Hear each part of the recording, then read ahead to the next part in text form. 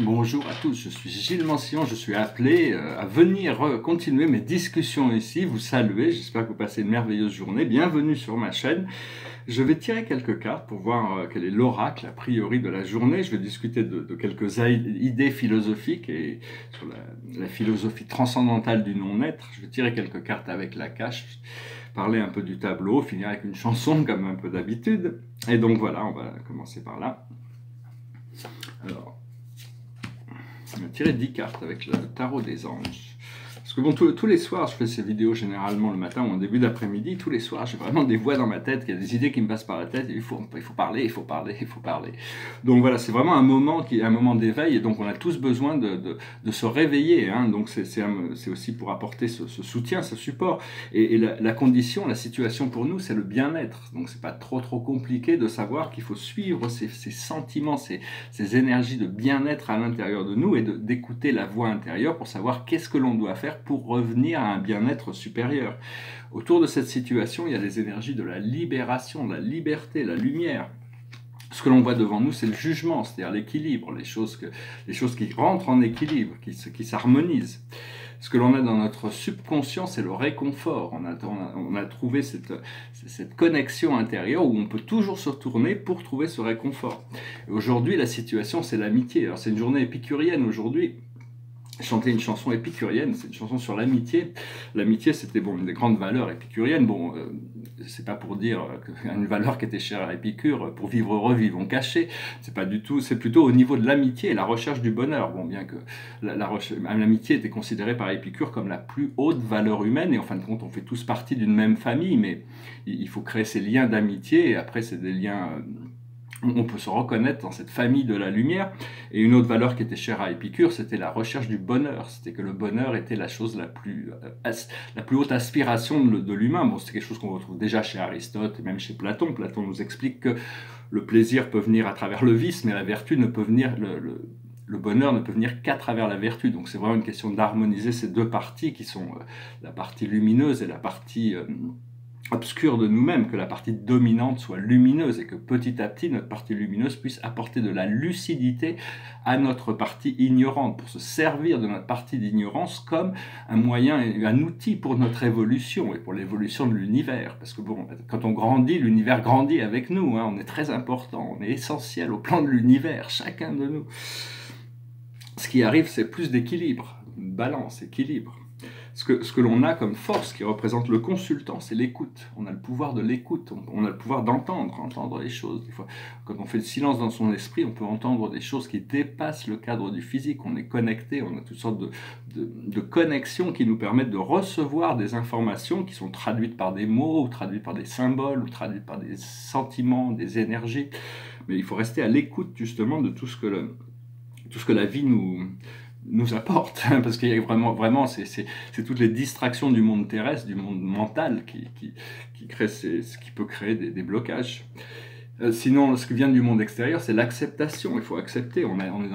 Quand on est dans l'acceptation, on peut passer dans la gratitude. Tant qu'on n'est pas dans l'acceptation de qui on est, où on est, tout ce que l'on est, on est en lutte contre nous-mêmes, et donc il faut s'accepter, accepter tous nos défauts, nos mauvaises habitudes, essayer de diminuer nos faiblesses et augmenter nos forces un peu plus chaque jour, avec patience et persévérance. Et Dieu qui nous a créés est très patient, il a beaucoup de miséricorde, il comprend tout, il comprend ce qui nous élève, il comprend ce qui nous abaisse, il comprend tout ça, donc seulement il a la responsabilité de nous faire avancer quand même. Hein. L'univers ne peut pas s'arrêter. S'il s'arrêtait, il disparaît. S'arrêter d'évoluer, il disparaîtrait. Et la vie disparaîtrait. Donc la vie veut exister éternellement, donc elle doit continuer d'évoluer. Voilà, j'espère que ce message pourra s'ancrer en vous et que ça aura une signification. Vous pourrez utiliser ces connaissances pour votre évolution, pour votre bien-être. Alors ce que l'on voit dans nos émotions internes, c'est la potentialité, c'est-à-dire il y a un potentiel énorme. En réalité, notre présence je suis est suprême, ultime, absolue. Mais sans parler de l'évolution spirituelle, on peut dire que dans le monde physique, il y a toutes sortes de potentiels qui n'ont pas encore été exploités. Et donc il y a vraiment une libération qui va arriver pour pouvoir nous permettre de dérouler ces projets. Et l'aboutissant, c'est le repos. C'est le repos du guerrier. Hein. Il faut se reposer avant. Faut être bien en forme. Il faut bien apprendre à se reposer, apprendre à faire de la méditation, se relaxer, respirer tranquillement, faire la paix en nous. Toutes ces choses-là, c'est des choses qui viennent progressivement. Alors, bon, je vais parler actuellement ce que l'on est en train de faire, c'est on est en train de, il faut sortir de la caverne de Platon. Il y a tous ces gens qui sont enfermés à analyser toutes ces ombres, puis il y a les projecteurs, et tous ceux qui voient les ombres, des fois ils voient les projecteurs, et ils se mettent en violence, en conflit contre cette projection. Mais en réalité, quand on sort de la caverne et qu'on découvre l'âme, on revient dans la caverne, et bon, on n'est plus sujet à cette dualité. Disons que maintenant les choses ont évolué, donc on doit sortir de cette matrice pour le moment, on est des enfants de Dieu à travers notre foi. Il n'y a que notre foi. Quand on aura trouvé le paradis, on sera embrassé dans le décor de la finalité, où on deviendra des puissants messagers. À ce moment-là, on sera des fils de Dieu, reconnus par Dieu et reconnaissant Dieu. Mais pour le moment, c'est notre foi. Et la foi, c'est ce qu'il y a de plus puissant. Ça nous protège, ça nous assiste, ça nous guide. Il y a vraiment, dans une matrice comme la nôtre, il n'y a vraiment que la foi. La foi, il faut rendre notre foi solide. Au plus on a de confiance, au plus les choses vont avancer vite. Je voulais parler de noms aussi. Les noms, c'est des vibrations. Des vibrations, hein, c'est des sons qui ont des vibrations. Personnellement, ma mère, si j'avais été une fille, je me serais appelé Gabriel, je m'appelais Gilles. Bon, mais enfin, c'est une vibration qui me va assez bien, mais on a tous un nom éternel. Mon ange gardien me l'a montré, mais pas assez longtemps pour que je puisse l'enregistrer. Donc je pense que je le recevrai quand ça sera le moment. On a tous un nom éternel et on a toutes sortes de noms qui accompagnent toutes nos incarnations. Cela dit, là où je viens, on n'a pas besoin de nom, on se reconnaît sans avoir besoin de nom, sans avoir besoin de parler. Il y a pas... Donc bon, Dieu nous avait peut-être donné un nom à l'origine, mais pour moi les noms viennent à partir du moment où il y a une interaction dans l'univers. Il faut comprendre aussi que la vie, c'est un peu comme des marées, ces lumières qui viennent de l'univers, ces codes, toutes ces fréquences, c'est comme des flots. Alors quand on les reçoit, on est très bien, on est très heureux. Mais la marée, quand elle est montée, elle doit redescendre. Et donc, on a l'impression d'être abandonné par cette lumière, hein, parce qu'elle est arrivée comme la marée, elle a inondé toute la plage, et on est très bien. Et puis la marée doit repartir, la vague doit redescendre, et donc on se retrouve tout sec. Mais si on comprend le système des vagues et des marées, on est dans la gratitude d'attendre la prochaine vague plutôt que de se plaindre que l'eau est que l'amour, la lumière. Donc il faut apprendre à devenir un peu stoïque, hein, arriver à tenir en place. Et donc voilà, hein, je ne vais pas rentrer dans les choses trop cosmologiques. Il faut choisir il faut dire c'est ma volonté que la volonté divine soit faite.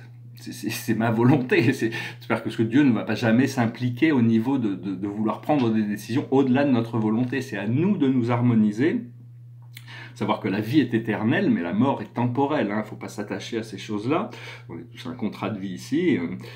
Et il faut essayer de communiquer avec cette présence je suis pour lui permettre, lui laisser la permission, lui donner la permission, travailler avec pour nous permettre de spiritualiser nos pensées.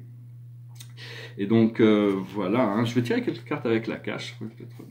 J'ai quelques idées, mais c'est des choses un peu complexes sur la cosmologie, toutes ces choses-là, donc je ne sais pas trop, des choses très, très avancées. Des fois, je peux avoir un public assez divers, je ne veux pas rentrer dans des choses trop compliquées qui créeraient plus de confusion que de lumière. Donc il faut rester simple avec les choses, il faut se tourner vers son ressenti. Et les choses se révèlent progressivement par rapport à ce que l'on recherche, savoir que bon, la vie est toujours prête. La plus haute sagesse pour nous aujourd'hui, je ne sais pas après ça ce que ça évoque pour vous, c'est le moine ou la nonne, c'est-à-dire l'abnégation, l'habilité de contrôler notre corps des désirs. Quand on a un désir, c'est que l'univers est déjà en train de nous préparer pour nous le donner, mais en attendant, on doit pouvoir garder ces parties de nous-mêmes calme. Enfin bon, on va pouvoir.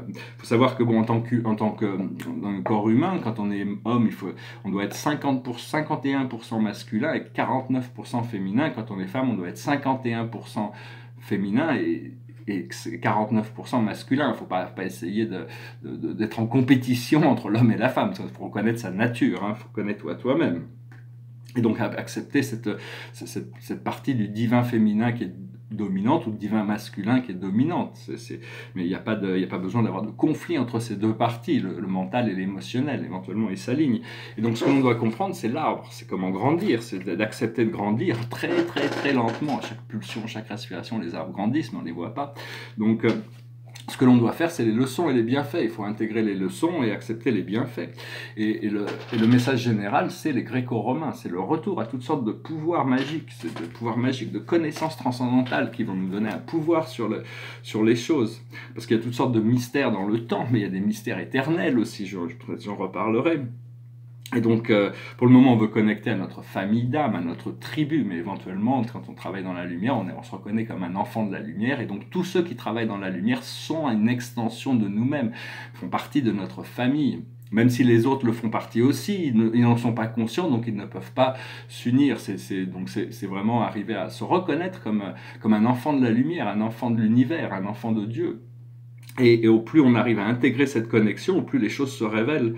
Il faut demander et on reçoit aussi. C'est très important de savoir que quand on demande, on reçoit. Seulement, il faut être prêt. On demande des choses et on n'est pas prêt pour les recevoir. Donc l'univers doit attendre qu'on soit prêt.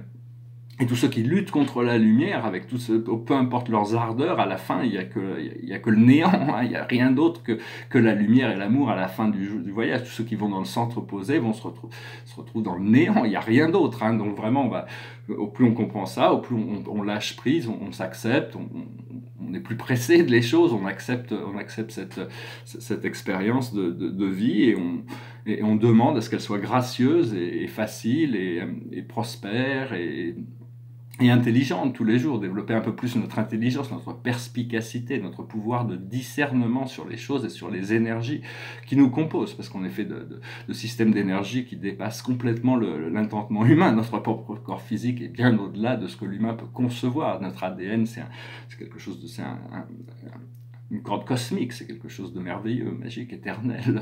C'est une réplique de l'ADN de Dieu, quand même. Donc bon, faut savoir qui est... Encore une fois, connais-toi toi-même. Tiens, je vais vous montrer ce tableau. J'ai fait un peu évoluer ce tableau. C'est un portrait de Léonard de Vinci en aviateur. Et ici, je l'ai fini, là, je crois. Connais-toi toi-même. Mais je me suis presque demandé si je ne vais pas écrire Connais-toi moi-même. Je trouvais que c'était assez marrant. Bon, le tableau derrière moi, c'est un tableau de transition. C'est un tableau de 2004 qui était vraiment une transition. C'était les premiers quand je suis reparti dans les intérieurs. Parce que mes premières pastels en 1987, c'était déjà des intérieurs. Et donc là, c'est bien sûr un petit clin d'œil à Henri Matisse, grand maître de la peinture avec ses nus bleus. Et donc voilà, je ne vais pas rentrer trop en profondeur. Je vais chanter je reviendrai pour finir ces petites notes que j'avais notées. Mais bon, ça peut paraître un peu compliqué. J'espère que ce message aura été intéressant pour vous. Cette chanson, c'est une chanson, je ne vais pas la chanter. Il y a eu cette version extraordinaire, complètement psychédélique de Joe Cooker, mais moi je vais la chanter un peu plus traditionnellement. It goes like this. Ça s'appelle With a Little Help from My Friends. What would you think if I sang you a tune? Would you stand up or walk out on me? Lend me your ears and I sing you a song. I will try not to sing out of key.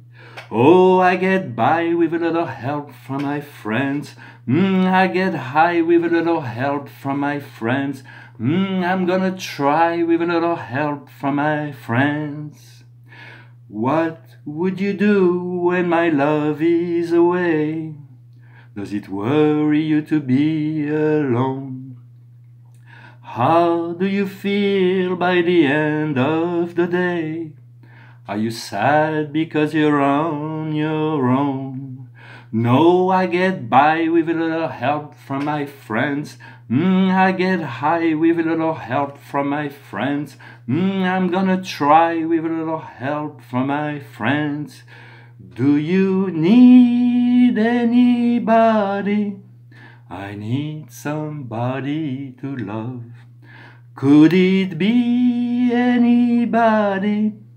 I want somebody to love. Would you believe in a love at first sight? Yes, I'm certain that it happens all the time. What do you see when you turn out the light? I can't tell you, but I know it's mine.